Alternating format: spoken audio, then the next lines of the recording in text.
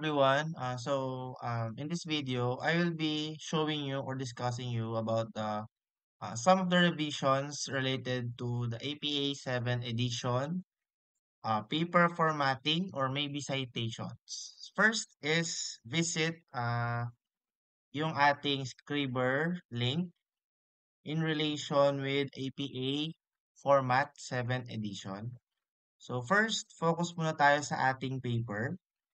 So for example, here paper format, then go to the quick guide. Focus tayo sa ating running head. Yan. So in this example, meron tayong guide dito na ang sabi niya, you will be only putting uh, the paper title longer than 50 characters. You need to abbreviate version for the running head. So we have example title here, social comparisons on social media. So, ang kinuha niya lang is mostly the five words dun sa ating mismong title. Then, nakakapitalize siya. So, dito, example natin is here, to enable or para ma-edit nyo yung header is kailangan double-click nyo yung sa upper part or yung margin sa top ng ating word. So don't use other word processors aside from Microsoft Word kasi nag-iiba yung format ng paper, pati yung title, ayan, the page numbers. So in this case, we have the running head, ito. So kinuha nila yung five strings, first strings dun sa ating title, which is Ersin Medclass 2.0 a platform. Then nag-add sila ng ellipsis. Then after nun is next we have yung ating title naman sa ating title page itself. So click lang natin yung title page. So that, according here, ito may guide tayo. Ang sabi niya, i-zoom in natin kung kaya. So we have sentence case. Then yung keyword ng ating title is naka-capital, yung first letter. And according yan kung acronym siya. So kung acronym, of course, no, yung buong string or yung buong word is naka-capital. So for example, yung sa kanila dito, so we will be revising this. Ito yung mismong lokal, Ersin Enterprises. So since ito yung mismong lokal, no, so we assume yung enterprises is sentence case siya. So enterprises.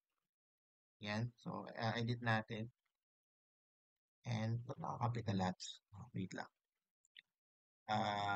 And make sure muna na dapat naka-Times New Roman lahat.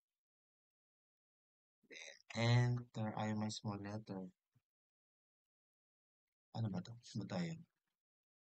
Yeah, the sentence case. Yun. Enterprises. Then edit natin. Yung med plus, I think it is a keyword. No, parang medicine plus siguro to. Kaya we can set yung buong sentence na to into small letters. Then, edit natin yung dapat i-edit as capital. So, Ersin. Ay, makapital. Ersin. So, med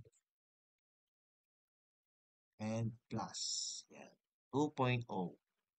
Then, since sentence yung A, then platform for wholesale. Yung for is hindi siya pwedeng capital dahil hindi ko alam ano ata siya, conjunction, ganun. Basta hindi siya, hindi siya keyword. Then we have letter D,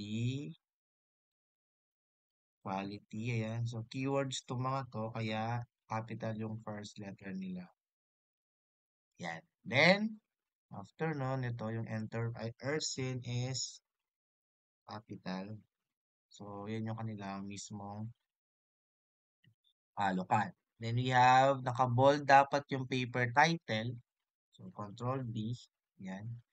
Then, author, course, due date, instructor affiliation. No? So dito we'll just only follow yung kung ano yung sa atin. Dito. And also follow this one. Capstone project presented to the Faculty of College of Computer Studies, Santa Rita College of Pampanga. So, huwag nang i-edit to. Okay, then, impartial fulfillment of the requirements for the degree. Then, kailangan ito is hindi siya naka-bold. Okay? Then, ito, names din natin, hindi rin naka-bold. Then, yung ating month po is kailangan, month and year, no, naka-indicate kung kailan nyo sinubmit yung paper. So, ngayon, for example, sinubmit nyo ngayong April. So, edit nyo is April 2024. Yeah.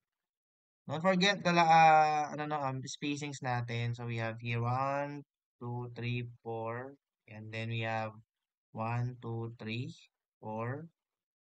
We have 1, then 1, 2, 3, then yung date.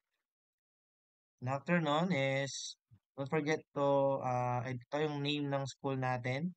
No, nasa mismong bottom, left corner. Don't forget na 1.5 yung ating margin sa left. Then yung ating department, college department. So I think 1 inch ata dapat to. Ayan. So usog natin. Hindi kong isolve. Ayan.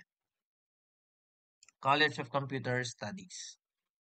Dapat ata naka-12 to. Hindi ko sure kung mag-iiba siya, pero try natin. Ayan.